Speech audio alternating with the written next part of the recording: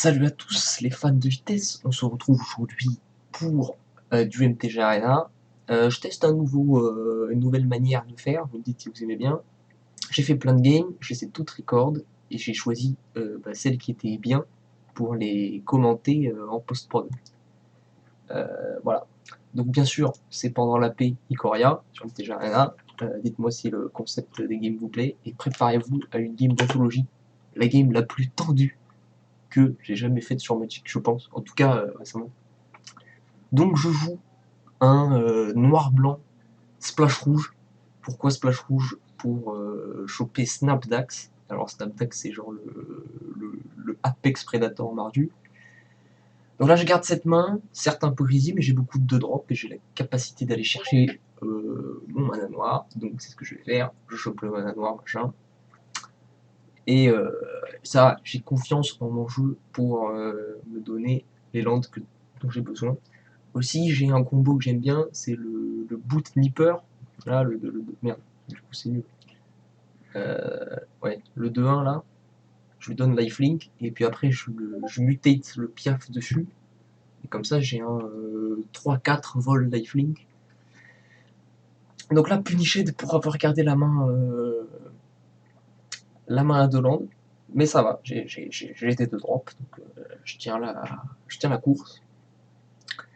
Par contre, vous allez voir que vraiment, je vais me faire punir un bon moment hein, d'avoir gardé cette main à 2 landes. Mais bon, voilà, hein, deuxième punition instantanément.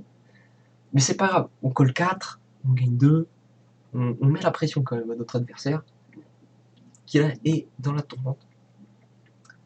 Euh, ouais, je me dis peut-être augmenter un peu la vitesse, parce que y a des fois j'aurais pas grand chose à dire. Genre si je fais lecture, vitesse, accélérer un peu, voilà. Donc voilà, lui il joue son 4 de flash avec un texte sans texte. Je vais pouvoir le deadweight en mode énervé et choper un plus 3 mana d'avantage de tempo parce que sa carte coûte 4 et ma carte elle coûte 1. Donc je suis pas bien à cause de mes multiples miss land, mais quand même on est là, on est content. Ah oui non, je sais plus exactement comment je joue le tour. Oui voilà c'est ça. Je deadweight sa 4-2 et je garde Divine Arrow up pour, pour son 4-4. Là d'ailleurs je lui dis, enfin je lui présente un tricks, hein, j'ai pas peur d'annoncer que j'ai un tricks, mais là le truc c'est qu'il va se dire que c'est un tricks de combat, alors qu'en fait c'est pas un tricks de combat quoi, c'est quand il va attaquer je vais le piner. Donc là il est là, est-ce que je bloque pas, c'est quoi son tricks?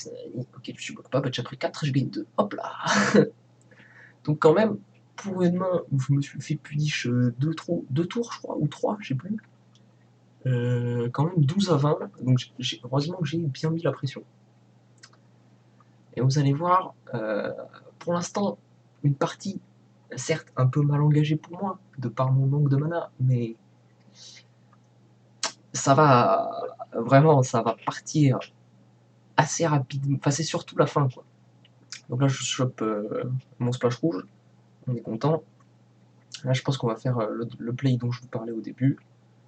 Sortir le piaf, le mettre sur lui, hop, voilà, exactement. Je me souviens à peu près de ce que j'ai fait, mais j'avoue que c'était il y a genre 1h30, 2 heures là que j'ai cover la. Enfin, que j'ai record la game, donc je me souviens pas de tous les plays. Et voilà, on va attaquer, on colle 5. Là, je crois qu'il a un effet. Je sais plus. Mais bon, si on colle 5 et qu'on gagne 3, on est content. Voilà, ouais, je regarde par là parce que ouais, voilà. Bah, il avait une Divinaro lui aussi. Parce que du coup, moi, mon VLC est sur cet écran. Donc si jamais je ne vous regarde pas, voilà, casse pas les couilles. Donc finalement, on colle que 2. Mais c'est pas grave, la pression est là. Il a plus que 3 cartes en main. Et nous, on a que des cartes actives en main. En plus, on va pouvoir faire la Nécropanthère pour aller récupérer le mangeur de bottes là, un play que j'ai fait de nombreuses fois pendant cette run et qui a très très bien fonctionné. Donc voilà, hop, t'as un effet, t'as pas d'effet, Michel, qu'est-ce que tu fais? Ah ouais, c'est un peu dommage. que mon adversaire met 10 ans à jouer, mais c'est pas grave. On peut discuter. Qu'est-ce que vous avez pensé d'Ikoria, par exemple? Est-ce que le confinement se passe bien chez vous? Voilà, on peut, voilà. Là, c'est vrai que ça commence à faire chier, mon adversaire qui utilise tout son time pour finalement dire, juste pour cliquer sur Resolve. Moi, je remonte ça, et je crois que cette fois-ci, je choisis Death-Touch, voilà, parce que je me dis que vu qu'on est un peu plus avancé dans la partie, il va pas tarder à me jouer des 6-6 et tout, et que mon 2-1, je préfère qu'il soit Death-Touch. Aïe, ça fait mal. Mais il prend 3 quand même. Et derrière, il me joue une 3-3 flash. D'ailleurs, cette 3-3 flash qui a eu beaucoup de débats hein, dans le truc limite spoiler. Et je peux vous dire que personnellement, ça a bien carry. Et là, on peut voir que ça carry bien mon adversaire aussi. Et c'est ce que j'ai envie d'appeler pour moi le début de la sauce. Parce que vous pouvez voir que j'ai quand même. Enfin, je suis coincé à un spell par tour. Mon adversaire a un 7-9.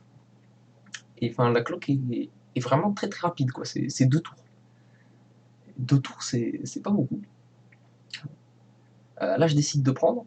Parce que je me dis que voilà, mon 2-2 menace, il peut pas être bloqué. Enfin, voilà, il peut pas être bloqué à moins qu'il ait 3 bêtes. Donc il y a un monde où je le défonce en passant avec ma menace imbloquable. Mais surtout, là, mon projet, c'est de jouer la. Ah oui, non. C'est pas ça que je fais. Ah oui, c'est ça. Je veux faire 2 bloqueurs. C'est pour ça que j'ai attaqué d'ailleurs, parce que je suis pas resté en bloc. Je veux faire 2 bloqueurs pour pouvoir mettre la 1-1 dans le gros attaquant et puis après attaquer pour 5, enfin pour attaquer pour 4 dans sa tête et qu'il soit vraiment pas bien. Sauf que là, c'est la guerre. Là vraiment, c'est lapide. Donc quand je vous dis c'est des games qui sentent pas très bon, sentent pas très bon.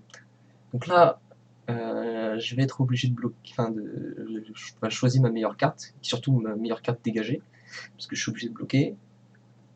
Et du coup, le plan de jouer Lurking Deadeye ne marche plus, en fait. Parce que le projet c'était ça, l'attaquer et puis après faire un Lurking Deadeye. Donc là, heureusement, je pioche une carte qui a lifelink et qui va. Ah oui, non. Ah oui, non, c'est vrai, c'est là où je fais le play big brain. Je dis good game, genre j'ai plus rien. Et mon objectif, c'est bien sûr de jouer la liche pour pouvoir réduire ses dégâts énormément, parce que ça va enlever tous ses compteurs et lui faire -2, donc virtuellement -5, -5. Donc je vais ne prendre que 2 dans ma tête, et après je comptais coller 5 avec la liche, sauf qu'il tue la liche, donc en fait pas good game, mais je pense que les fans de vitesse apprécieront ce petit bait que je lui ai mis. Mais du coup ça montre à quel point la game était tendre pour moi. Là j'avais gagné, hein. Je mettais la liche et puis après lui il attaquait, j'attaquais pour 5 avec ma liche, ça faisait pile poil les points. Bref, tout ça pour dire que je joue une 3-3 Death Touch lifelink, hein, le lifelink très important dans cette situation. Death Touch c'est bien sûr pour pouvoir tuer le 4-6 si jamais il attaque avec. Et voilà. Et on espère que ça va passer. Là je me dis que j'ai quand même 2 Lurking Deadeye, mais ce qui me saoule c'est que j'ai pas le mana pour cast les 2. Donc si jamais j'en caste un puis l'autre c'est pas ouf. Donc là je suis obligé de bloquer, parce que si jamais je laisse passer, je passe à 1. Et la carte fait, si jamais vous jouez une carte avec le flash, votre adversaire prend 1. Donc obligé de bloquer.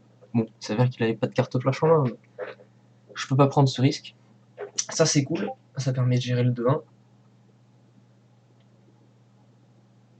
Comme vous allez le voir.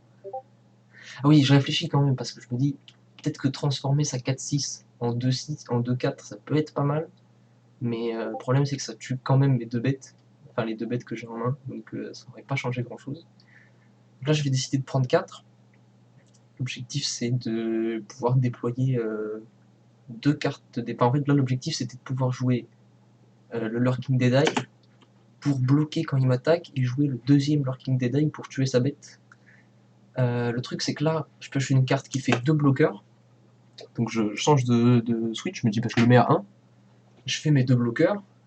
Si jamais il en gère un, j'ai toujours l'autre. Et donc vu qu'il est à 1 PV, Normalement, il est mort. Là, il cycle. Et là, je suis en mode, oh putain, si jamais il cycle, c'est que c'est bon. Et là, les gars, et voilà! Et c'est la win! Incroyable! Donc voilà, vraiment une partie incroyable. J'étais sous tension tout le long. Vraiment des plays millimétrés. J'espère que vous avez kiffé. Et on se retrouve bientôt parce que j'ai encore 2 games à recast. Et voilà, donc dites-moi si jamais vous aimez bien le recasting d'une game, hein, plutôt que de le faire en live, parce qu'en live, bah, si jamais je fais une vidéo de 2 heures où je fais toute une AP, bah, c'est chiant en fait. Et si ça se trouve, je fais 0,3. Et les drafts où je fais 0,3, c'est vraiment nul à chier. Donc voilà, j'ai fait ça. J'espère que vous avez bien aimé. Et à toutes les fans de vitesse.